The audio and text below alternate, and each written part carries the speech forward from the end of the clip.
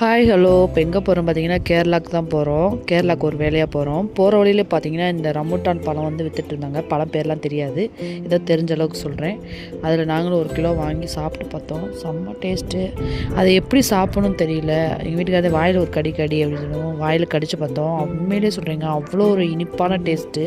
கேரளாவில் பார்த்தீங்கன்னா இந்த சிப்ஸு தான் ஃபேமஸ்ஸு. சரி, இதை வாங்காமல் போனால் எப்படின்னு சொல்லிட்டு அங்கே போயிட்டு சிப்ஸும் ஒரு கிலோ வாங்கிக்கிட்டோம். இப்போ பாப்பா என்னென்னா சிப்ஸு வாங்க போயிட்டு அங்கே ஆப்போசிட்டில் இருக்க சாக்லேட்டவே பார்த்துட்டு இருந்தா.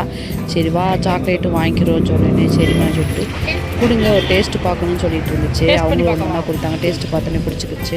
கொஞ்சம் வாங்கிட்டு அங்கேயே பாதாம் பருப்பு முந்திரி எல்லாமே வச்சுருந்தாங்க.